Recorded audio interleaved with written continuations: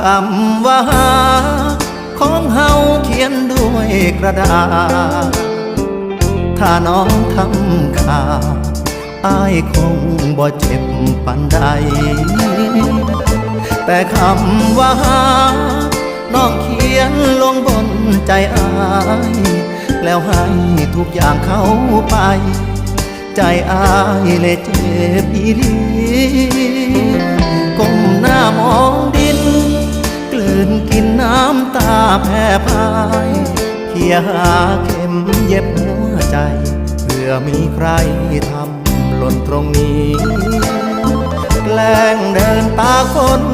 เพื่ออำพรางน้ำตาที่มีเป็นอย่างคนหน้าตาดีอย่างน้องนี้เป็นคนใจร้ายโอ้โอ้โอ้โอ้ใจอ้ายสิขาด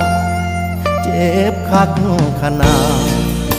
จนบ่อยากพอหน้าไป